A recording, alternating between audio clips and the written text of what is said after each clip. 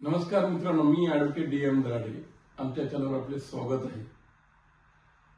वाटणीचा दावा आणण्याकरता काही कालमर्यादा कायद्याने निश्चित आहे का?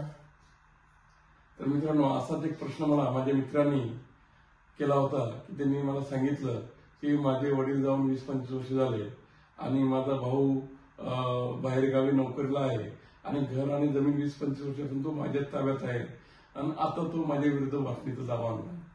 तो दावा समर्थनीय आहे का? तो दावा टेनेबल आहे का? तर या प्रश्नाचं उत्तर देण्याकरता मी हा व्हिडिओ बनवतोय. तर मित्रांनो, वाटणीचा दावा आणण्याकरता लिमिटेशन ऍक्ट मध्ये सेक्शन 65 सांगतं, सेक्शन 65 सांगतं की तुम्हाला वाटणीचा दावा आणायचा असेल तर 12 वर्षाच्या आत तुम्हाला आणावा लागेल. 12 वर्ष झाल्याच्या नंतर तुम्हाला वाटणीचा दावा आणणार नाही. ही कालमर्यादा लिमिटेशन ऍक्ट मध्ये ठरवून दिलेली आहे. तर 12 वर्षे केव्हापासून सुरू होतात? 12 वर्षे कुणाला कुठून गृहीत धरायचे, हे सगळ्यात महत्वाचे प्रश्न आहे. जनरली मित्रांनो, खरं सांगायचं म्हणलं तर वाटणीच्या दाव्याला हे कालमर्यादा बसतच नाही. वाटणीच्या दाव्याला कालमर्यादा बसण्यासाठी अलग अलग फॅक्टवर, अलग अलग परिस्थितीवर डिपेंड असतं. प्रत्येक दाव्याला वाटणीची कालमर्यादा बसलच, नियम ते लागूच होईल किंवा लागू होणार नाही हे बी आपण सांगू शकत. दुसऱ्या दाव्याप्रमाणे त्याला लिमिटेशन प्रिलिमिनरी इश्यू काढून लिमिटेशन त्याला डिसाईड करणार नाही, करायला जमत नाही. एखाद्याला 7-11 खाली अर्ज दिला कोर्टामध्ये आणि सांगितलं की साहेब याचं लिमिटेशन डिसाईड करावं पहिलं, कारण हे लिमिटेशन मध्ये येत नाही आहे आणि त्याच्यामुळे दावा आहे रद्द करावा. सन्माननीय सर्वोच्च न्यायालय, सन्माननीय उच्च न्यायालय यांनी सांगितलंय की वाटणीच्या दाव्या संदर्भामध्ये तुम्हाला स्ट्रिक्टली तुम्हाला त्याचा अवलंब करता जमणार नाही किंवा ते प्रिलिमिनरी इश्यू मध्ये तुम्हाला काढून टाकता जमणार नाही. कारण वाटणीच्या दाव्याला हा जे कालमर्यादा आहे तिथे सर्व फॅक्ट्स बघूनच ठरले जाते आणि ते शेवटी ठरले जाते की हा दावा लिमिटेशन मध्ये आहे किंवा नाही. दुसऱ्या दाव्यासारखं त्याला प्रिलिमिनरी इश्यू मध्ये काढायला जमत नाही असं सन्माननीय सर्वोच्च न्यायालय, सन्माननीय उच्च न्यायालयाने सांगितलेलं आहे. ते का सांगितलेलं आहे? कारण त्याची कालमर्यादा ही 12 वर्षाची कुठून सुरुवात होते हे वेगवेगळ्या फॅक्टवर डिपेंड आहे. जनरली आहे 12 वर्षाचा नियम आहे. वाटणीच्या दाव्याला तुम्हाला 12 वर्षाच्या आत आणावं लागतं, हा नियम आहे.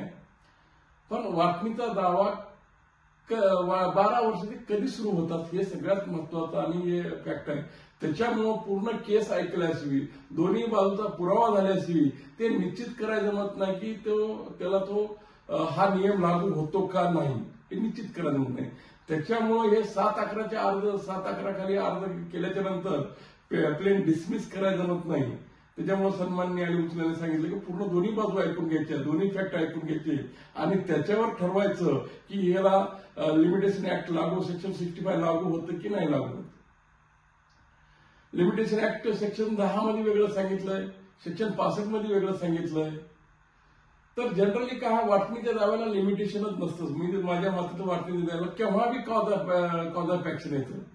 आता मला माहिती आहे की मला ते वाटणीमध्ये माझ्या वडिलांच्या प्रॉपर्टीमध्ये माझा हिस्सा आहे, ते कॉज ऑफ ऍक्शन कधी बी येऊ शकते. मी कधी बी ज्या दिवशी मी वाटणी मागायचं ठरलो त्या दिवशीपासून माझं लिमिटेशन सुरू झालं. मग हे डिफेंड आहे, हे लागू होतं का कायदा? सेक्शन 65 लागू होतं का? त्याला नाही लागू होत.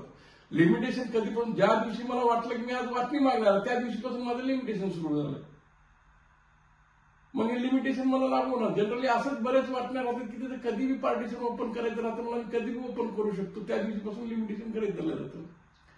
पण काही मॅटरमध्ये असं येतं की अगोदर कधीतरी ओरल पार्टिशन किंवा काय पार्टिशन झालेलं असतं, ते लिमिटेशन मध्ये नसतं किंवा अगोदर डिक्री झालेली असते किंवा दावा पेंडिंग होऊन डिसमिस झालेला असतं, नंतर परत दावा आलेला असतो.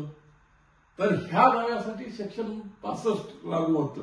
समजा एखादा पार्टिशनचा दावा आणला होता, 12-13 वर्षाखाली आणला होता, ते डिसाईड झाला, डिक्री झाला किंवा काहीतरी झालं असेल, त्याच्यानंतर मी 13 वर्षानंतर दुसरं कोणीतरी दावा आणतं पार्टिशनचा आणि म्हणतं की मला असंच पार्टिशन झालं, आज रोजी भाऊ वाटणी देत नाही म्हणलं, म्हणून मी कॉज ऑफ ऍक्शन आला, मी कोर्टासमोर वाटणीसाठी आलो. तर ह्या वेळेस ज्यावेळेस त्यांना असं त्यांनी म्हणाल तर त्यावेळेस त्याचं तुम्हाला लिमिटेशन ऍक्टचं प्रॉब्लेम येईल. सेक्शन 65 लागू होतं.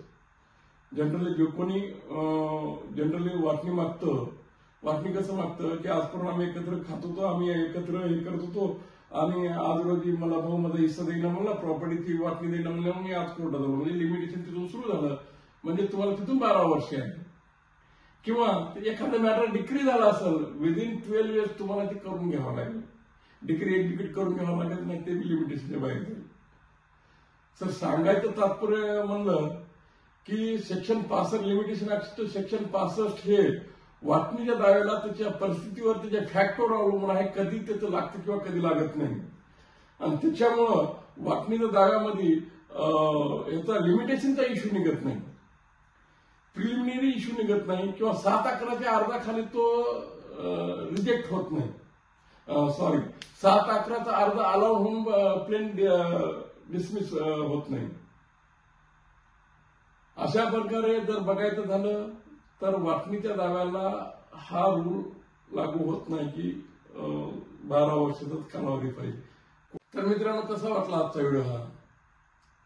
असंच वेगवेगळ्या बाबीवर कायदेशीर ज्ञान जाणून घेण्यासाठी आमचा व्हिडिओ शेवटपर्यंत बघत जा, वेगवेगळे व्हिडिओ बघत जा आणि जे आवडल्यास लाईक करा, शेअर करा आणि सबस्क्राईब करा. धन्यवाद.